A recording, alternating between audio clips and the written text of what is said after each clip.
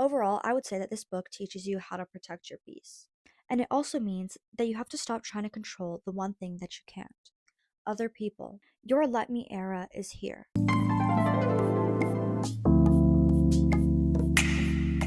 Hello, my loves. Welcome back to my channel. I know it's been a while and I haven't done a psychology video in a while, and I just feel like I have to come back to my roots. So today we're going to be doing the psychology of peace and building emotional intelligence with the Let Them theory by Mel Robbins. Now, this book honestly changed my life very simply.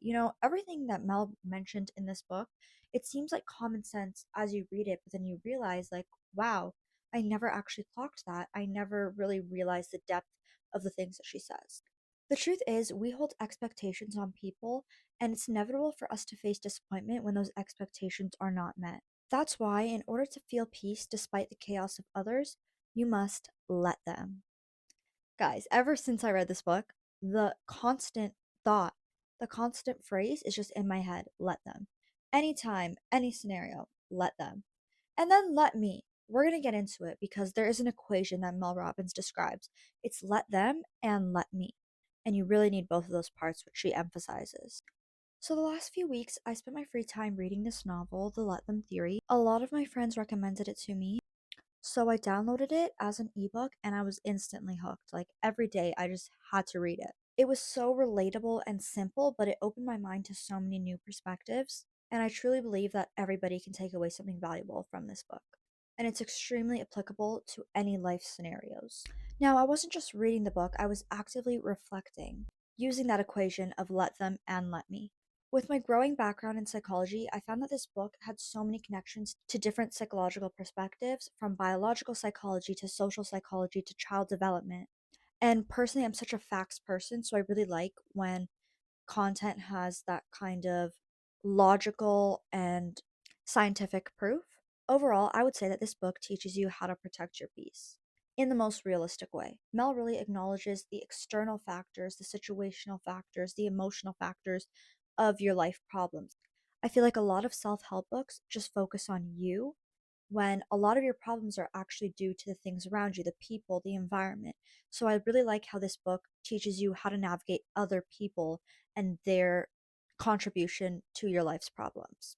So if you're searching for a way to ease discomfort in your heart, mind, or soul from situations that you feel are uncontrollable, then the Let Them theory is waiting for you. One of my favorite parts of the book was that we should perceive every adult at the emotional age of an 8-year-old.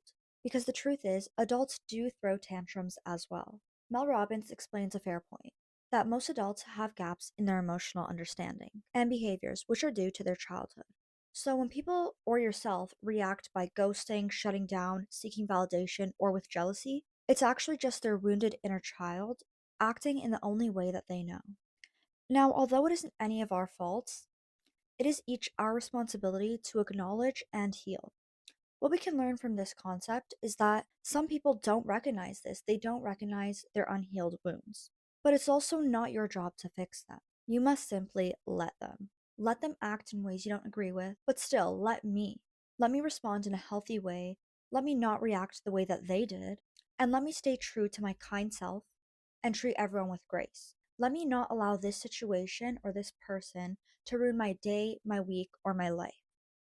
The next point, which despite seeming very obvious, is something that human nature opposes. It's letting go of the need to control. Mel states that control gives us the illusion of safety. When we're in control, we believe we can protect ourselves from pain, disappointment, rejection, but it's just that, an illusion of safety. This is where the importance of detachment comes in. Only God has full control, and nothing is truly yours. You don't know what's going to happen tomorrow, and you can't decide how different people are going to react. You don't know how they're going to react. All you know is yourself and the actions that you can make and the reaction that you can have, as well as the mindset you can have. So just trust God, let go, and act in accordance to your values. I've personally had such a strong desire to convince people in my life to change. I tried many approaches, such as empathizing with them, telling them they're wrong, giving them facts, but nothing works. The reality is, people only change when they feel like changing. It doesn't matter how much you want someone to change, it doesn't matter how valid your reasons are, or that you are right in your opinion that they should change, or how big the consequences are if they don't change. If someone doesn't feel like changing, they won't. And worse, when you pressure someone to change, it just creates more tension, resentment, and distance in your relationships. Now, this point really reminds me of something that I learned in social psychology.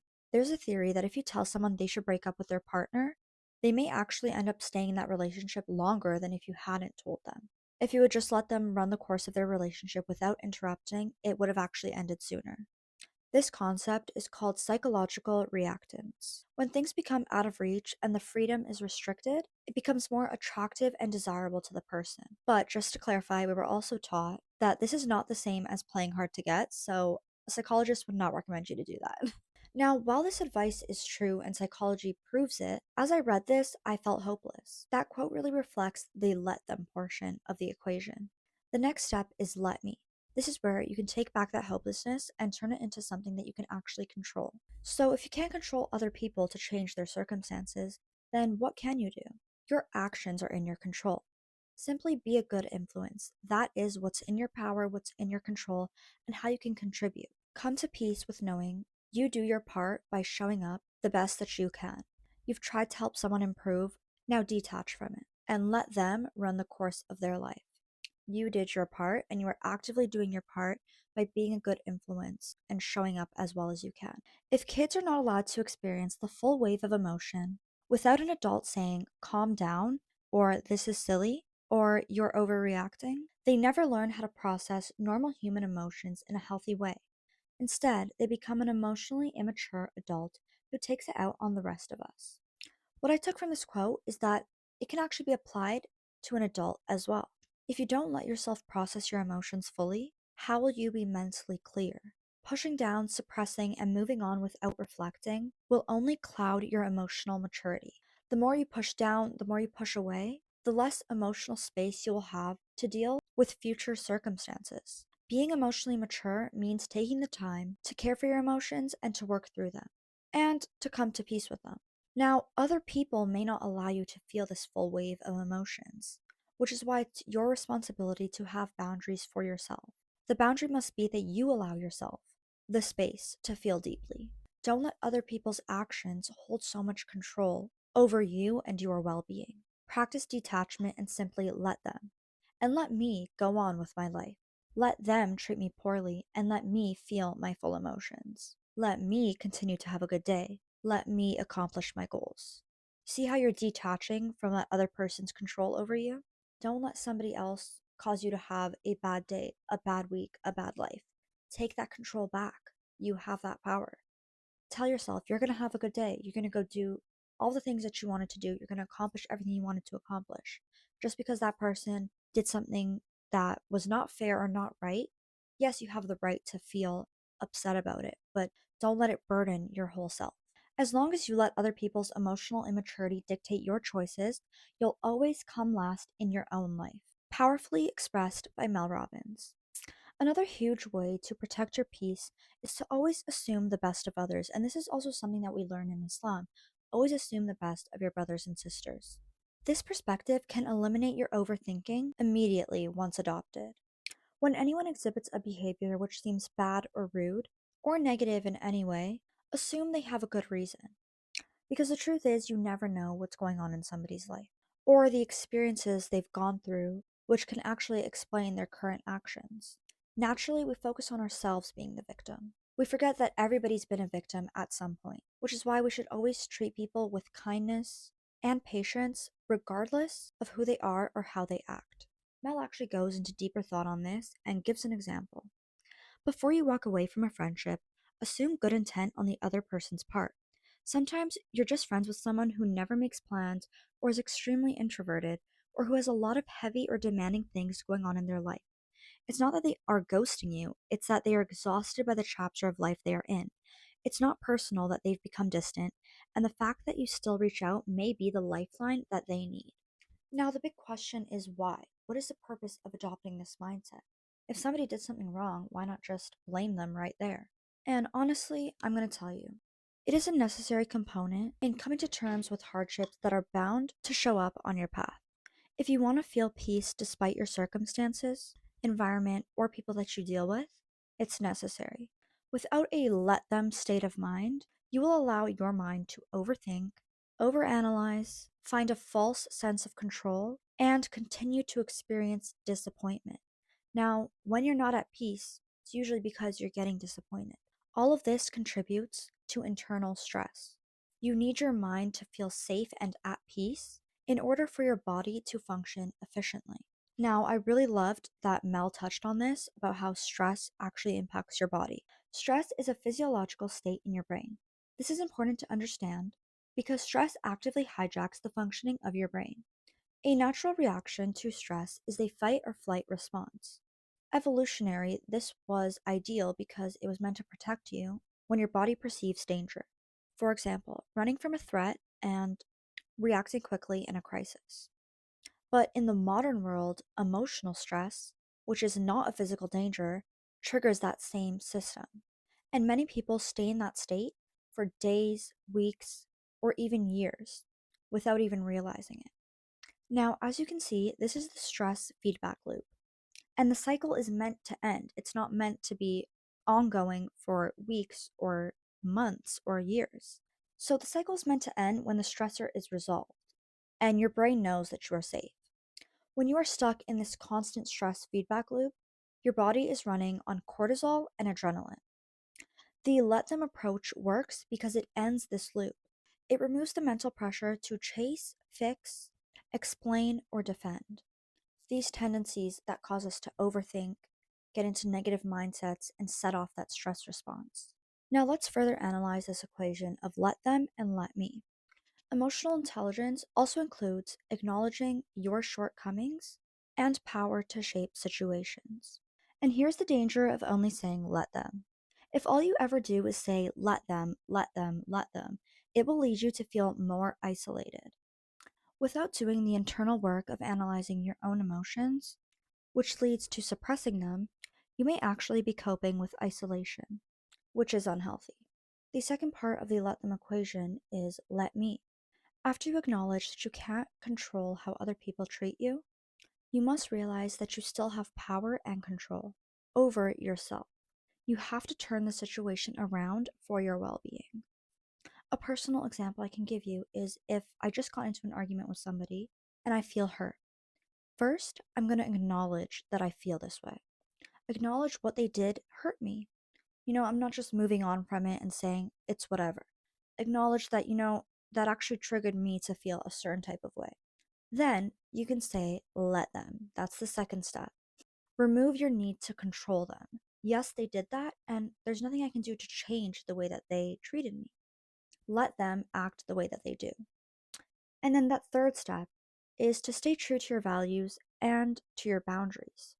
Let me acknowledge and reflect on why I feel that way. Why am I feeling hurt by their actions?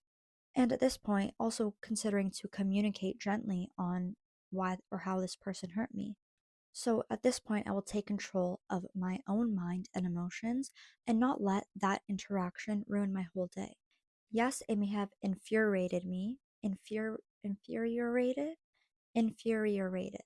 It may have made me sad, upset. It may have made me feel disrespected. It may have gone against my boundaries. But I did what I could in that situation. I reacted in a way that aligns with my values and boundaries. And now I'm just going to continue on with my day. I'm going to have a good day, doing the things that I planned with a good attitude. If you've been secretly hoping someone else would come and rescue you, fix your problems, pay your bills, create a social life, heal your wounds, change into your dream partner, and motivate you to be your best, it's not going to happen. No one is coming. And any time you spend blaming other people or waiting for permission or an invitation is wasted.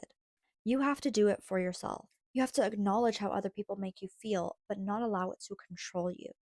You have to work through your mental blocks. Heal the wounded inner child that's overflowing your emotional storage and limiting your emotional maturity. Find your purpose and act as your authentic self. Take steps towards becoming your ideal self. Another quote which stuck with me was, I love knowing that I leave places better than I found them.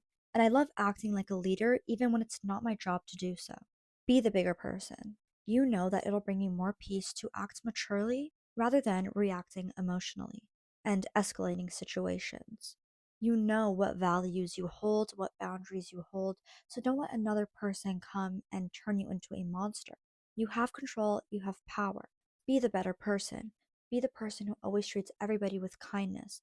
But, to a point, don't let other people walk all over you. You can still have boundaries and be respectful and nice. And there's a way of claiming your power in an elegant way. This is why doing things for the sake of God and good deeds will make your kindness an act of charity. And that actually frees you from the attachment to other people. Instead of doing things for other people, do it for God, and you're going to get rewarded. Now, I'm going to end off this episode with some more powerful words from Mel Robbins. Your Let Me era is here. You are capable of creating anything that you want if you are willing to put the time and energy into working for it.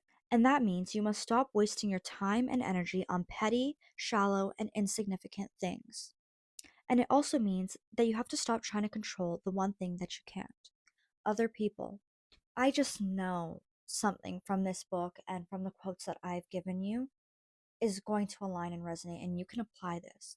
So just actively work on switching your mindset into let them, and let me. Let them do whatever they're going to do to hurt you and to ruin their lives, and let me flourish. Let me flourish. This is your let me era. This was your sign. You're entering your let me era. Your mindset is going to change and your life is going to change. You've got this. I'm sure that you have somebody who needs to hear this message. So, I have a challenge for you. Share this video with a friend who you feel could really use this message. And while you're at it, please hit the like button and the subscribe so that I know people want to see more content like this, so that I can keep creating amazing videos for you guys. And I would also love to hear what type of videos you would like to see, so let me know below. And that really wraps up today's episode. I hope you enjoyed it. Bye.